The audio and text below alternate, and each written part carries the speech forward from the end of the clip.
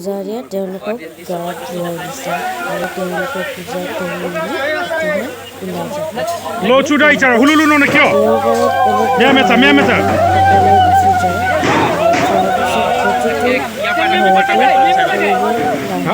ওলাই যাব।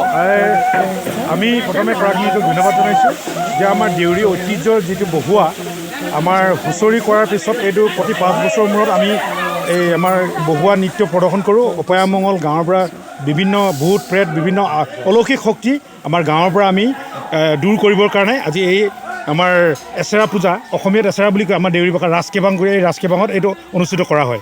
দৃশ্য মই দেখাই আছোঁ, আপুনি দৃশ্য দেখাব ভিডিঅ' এয়া দৃশ্য দেখুৱাই আছে।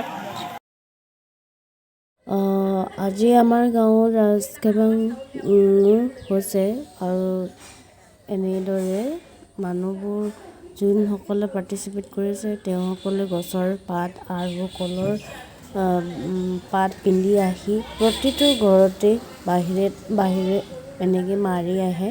তেওঁসকলে এয়া চাওক এনেদৰে গছৰ পাত পিন্ধি আহি কলৰ পাত পিন্ধি আহি তেওঁলোকে লাঠি লৈ ঘৰৰ বাহিৰে এনেকৈ মাৰি যায় আৰু এইকাৰণে মাৰা হয় যে গাঁৱৰ ভূত প্ৰেত আৰু বেমাৰ আজাৰবোৰ গুচি যায়। সেইবাবে প্ৰতিটো ঘৰতে এনে বাহিৰে মাৰি গুচি যায় তেওঁসকলে আৰু গাঁৱৰ সিমূৰে সিহঁতে ৰাতিটো দিন কটায় আৰু ৰাতিটো তেওঁসকলে যেনেদৰে এনেকৈ গুচি যায় তেওঁসকলে